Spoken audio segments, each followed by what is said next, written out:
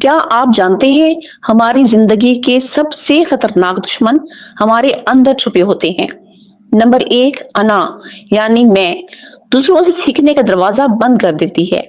Number دو، حسد، توجہ اپنی بہتری سے ہٹا کر دوسروں کی طرف موڑ دیتا ہے۔ نمبر تین، غصہ، سوچنے اور سمجھنے کی صلاحیت چھین لیتا ہے۔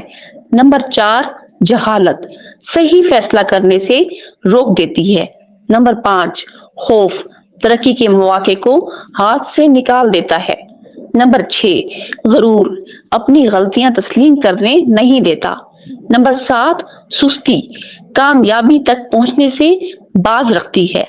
نمبر آٹھ، لالچ، دل سے اطمینان چھین لیتی ہے۔